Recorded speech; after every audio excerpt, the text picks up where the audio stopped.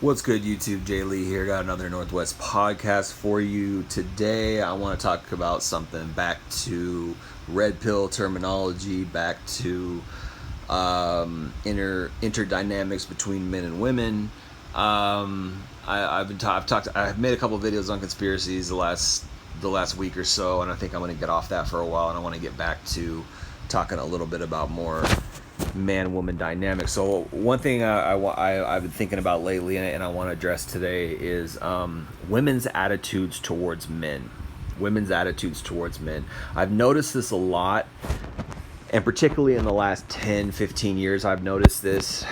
There's this belief that women have, this sort of latent, subconscious, subtle belief that they're better than men, that they rule over men, that they're more powerful than men. If you really have a discerning ability within you, you'll notice this. You'll notice that women really believe they're superior to men, and I think there's a few reasons for this. One of the most obvious reasons is feminism. Most women today, I don't even care if they consider themselves traditional or trad. Most women today are feminists. They just are. They have had some kind of infection of modern feminism, some kind of infection from second wave, third wave radical feminism. I always maintain on my channel that the first wave wasn't too bad, because all it really did mostly is brought in equality in the form of, like, women could vote, women could get divorces, women could join the workforce. I'm all for equality in that sense. But I think there's more to it. Even in first wave feminism, I think there was the concept of the patriarchy was brought in. Certain other concepts were brought in first wave. I forget what they are, but some people know more about the details than I do. But in general, I always view first wave as not too bad, because it was kind of innocent. It was kind of vanilla. But really, second and third wave were horrible, and they brought in all kinds of damaging things. And I said this recently. I brought up this idea recently that we don't talk enough about how damaging feminism is, and how damaging feminism has been to our families and our countries, and things like our culture. And our country. We don't talk enough about that. But feminism teaches women that they're superior to men. It really does. Feminism, there's so much of that within modern feminism, which is why I call it a gender supremacy cult. I think modern feminism is a gender supremacy cult. It really uplifts women over men. It puts down men at all costs. It has this phony kind of veneer of equality, there's these, it kind of lends to this, like, well, there's certain men that are good men, and they're the men who agree with us, our male feminist allies, they're the good men, and then there's these evil men who are all about the patriarchy, and there's these evil men who are trying to subjugate us, and blah blah blah, all these lies, right? Well, this is why they think they're better than us. And here's the thing. The only thing women really have over men, as far as power is concerned, is sexuality. That's it. That's all they really have over men, is sexuality. That's really their only leverage tool. That's really their only power tool, is sex. Take away sex and sexuality from a woman, and she really has nothing that she can hold over a man's head. They're not better than us at sports. They're not smarter than us. They're not physically or mentally more capable than us, for the most part. I'm not saying there's not brilliant women out there, because there absolutely are. There's some women who run circles around men intellectually, and there's some women out there who are extremely physically fit. For the most part, not really, but I'm saying for the most part, most men are just physically, obviously, more dominant than women. But there are some women out there who could really kick your butt. So I'm not saying there's no exceptions, but the exception proves the rule, right? In general, men are just better almost at everything. Sorry to say, and I know that'll sound chauvinistic, or that'll sound misogynistic or bigoted or whatever, but it's just the objective truth. For the most part, not to say that women never did anything, because women have done amazing things. It's just, by and large, men do more great things. Men do more for society. Men do more It's just a fact. It's sorry, but that's really what most women have over most men. Again, occasionally there will be the exception. Occasionally you'll have a woman who's really capable or really smart or really competent or really accomplished or really successful. It does happen. There's plenty of women out there who are successful. So it's not that it's this kind of controlling uniform thing where like, oh yes, every man is better than every woman. No, there's a lot of nuance, there's a lot of gray area, and there's a lot of women out there who are a lot more capable and smart than a lot of men. But again, taken as a whole, it's men. Men are better as a whole at everything, and that's not to uplift men over women. I'm not saying that. I'm just saying that as an objective fact. The real truth is that it's not a competition. That's the real truth. The real truth is that one isn't better than the other in order to subjugate the other. That's not the real truth. The real truth is that we complement each other. The real truth is that we're supposed to be together. We're supposed to help each other. So if a man is more competent in a certain way, it's to help the woman, and if a woman is more competent in a certain way, it's to help the man. And if a man does one thing well, he might not do the other thing well, where the woman might do the other thing well, and she might not do this thing well. That's the healthy way to look at it. But what feminism does, and I would also say misogyny, I would say chauvinism does this too, is it places the other gender less than them. Right, so it's not good either way. So yes, I can sit here and say yes, men taken as a whole have done more. Okay, but I'm not saying that in order to put the other one down. Right? See, that's where people get mixed up and get things twisted. Is they think it's a competition, and it's not. We're a human race. We're not divided. We're supposed to be together. So if you ever have an ideology or a movement or what have you that places something above something else, it's an illegitimate movement. I mean, it depends on the thing, but if it places one gender above another gender or one group of people above another group of people, it's probably illegitimate. Because it's the wrong concept. We're supposed to be helping each other. We're supposed to be complimenting each other. We're supposed to be loving each other and uplifting each other. So if a man is better at a certain thing, it's to help the woman. If a woman is better at a certain thing, it's to help the man. If there's unique gifts, it's to help the other, and that's the healthy way to look at it.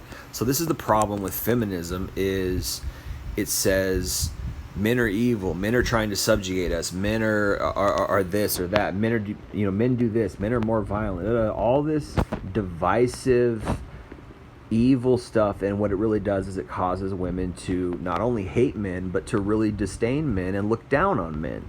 This is why I said it before, and I'll say it again. Modern feminism is one of the most evil things to ever happen to humanity. It's one of the most evil things and insidious things to ever be observed, because it's just such a divisive tool. It's such a tool of destruction.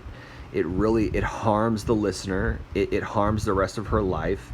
It warps her relationships for the rest of her life, and it puts men down, right? So this is why women have this. This is why women have this belief that they're better than men. And it's really not true. Again, it's not true.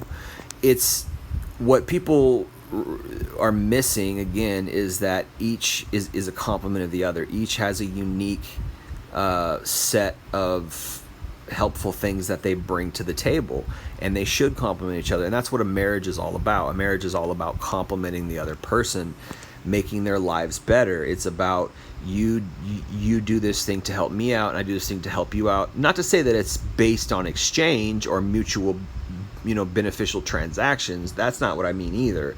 What I mean is that really it's based on love. You have to have that as the foundation, love. And then you have these things where you complement each other, where like she brings a perspective that you haven't seen, or you bring a perspective to her that she hasn't seen, or you do this thing for her that she can't do for herself, or she does this thing for you that you can't do for yourself. That's kind of what a compliment really means. And that's how God, I believe, intended it to be when he created woman as a helpmeet for man. It helps man meet life. It helps man, tackle life. And this is why marriage, part of why marriage is such a beautiful thing, is because you help each other. You're a team, in a sense. Really, you're a family. You're more like a family. It's even deeper than just a team. You're a family. A family is like, we're together through thick and thin. We support each other. Yeah, there's going to be hard times, but we help each other. We make lives easier. We make lives better for each other. That's what really a marriage is supposed to be. And yes, there's love at the basis of it, and companionship at the foundation of it, and sex at the foundation of it, intimacy at the foundation of it, right?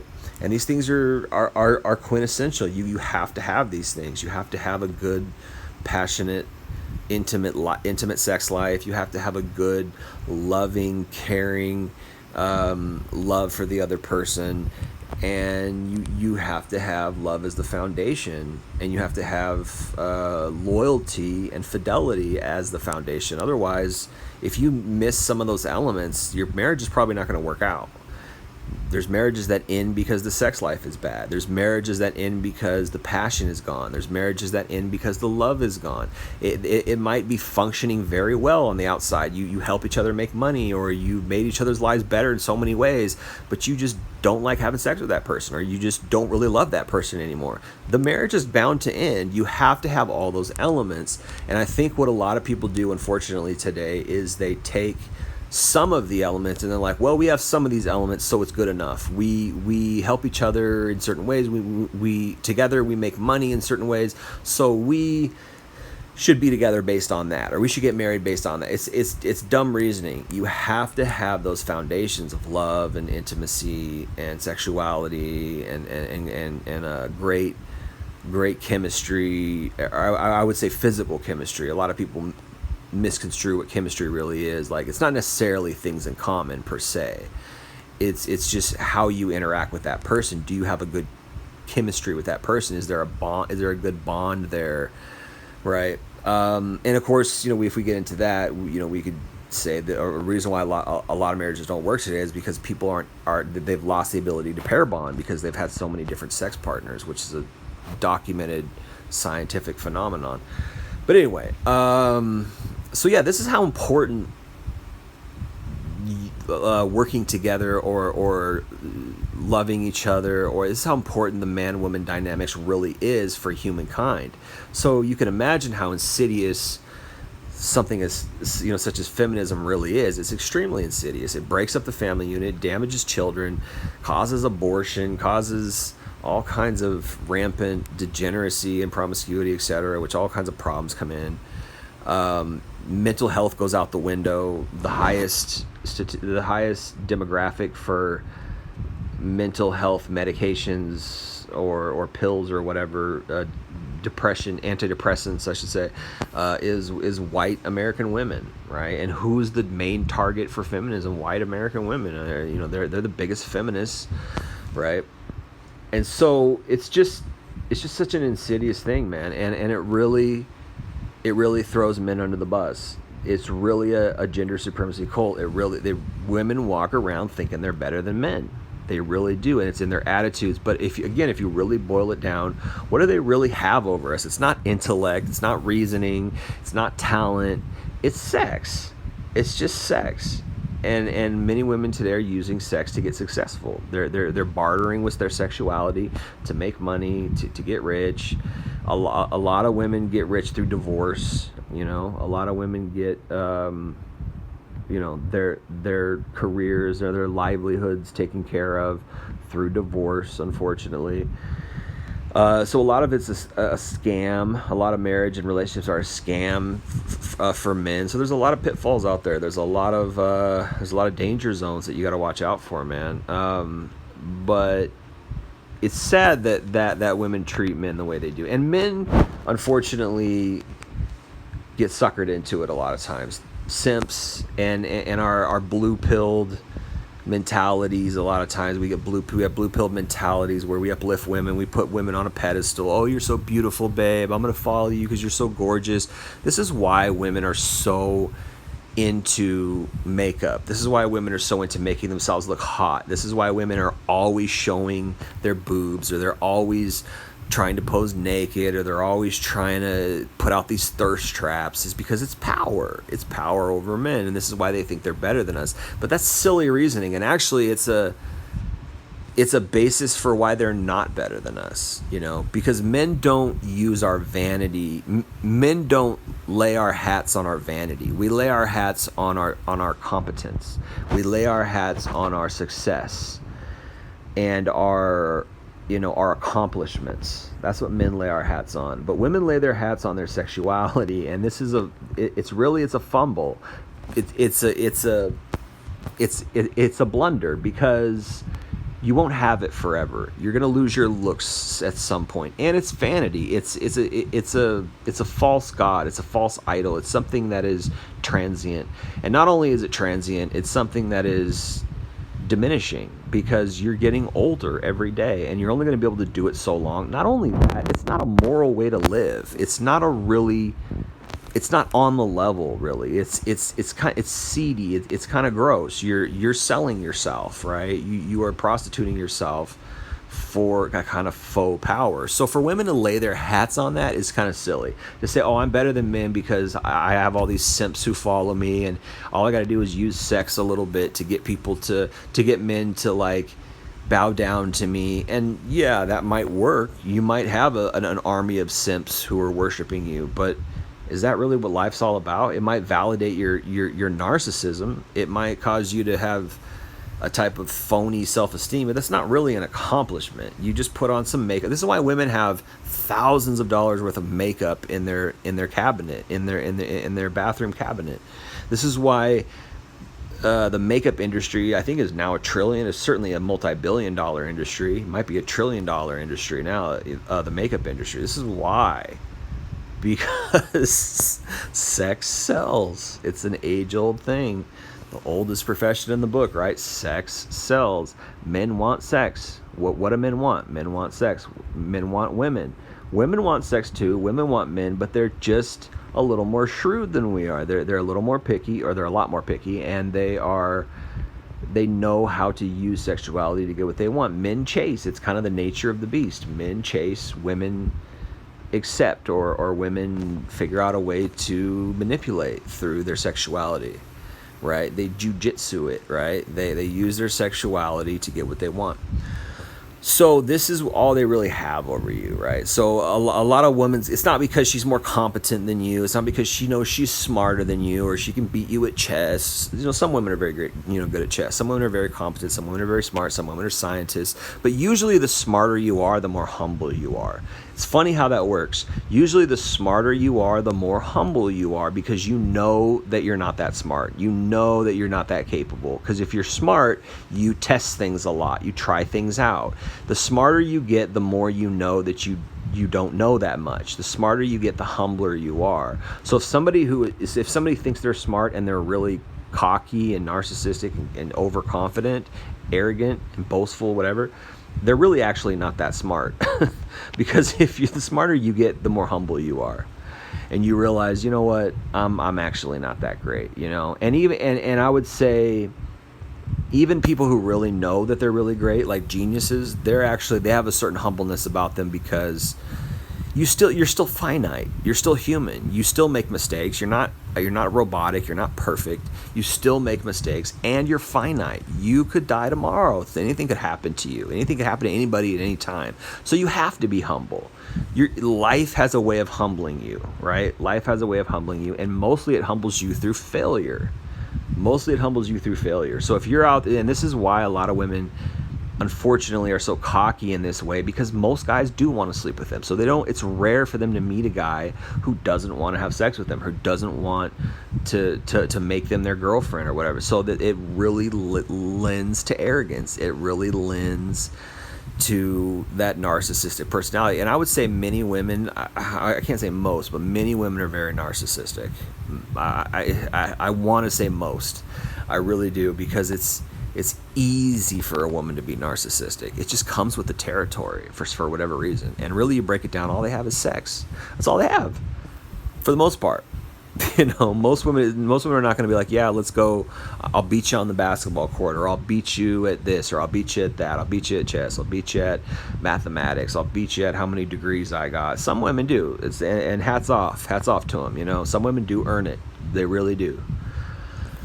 But taken as a whole, a lot of it, the narcissism, etc. It really just comes from feminism, and it comes from their sort of misplaced sense of self-accomplishment through sexuality, right? So don't take it seriously. It's not that you're losing. Time exposes all weaknesses. Time exposes all things. What's done in the dark comes to the light. This is why now we're seeing this surge in this massive amounts of women who are going online and crying because no man wants them in their 30s. This is why women are like, why am I single? I don't understand why I'm single. And karma comes back to people, man. It really does, in one way or another. Another reason why you should be humble, because karma's real. It just, in one way or another, whether you call it God or karma or just desserts, or you get what you deserve or whatever. Some people seems like they don't make it. Some people seems like they have their cake and eat it too. Some people, but even then, I've said this before. You might escape jail, but you won't escape hell. You might have a great life, and you might act. You might win at everything, but in the end, God is the judge. We're all going to have to go before God and give an account of what we did here on this earth, whether good or bad. That's straight from the Bible.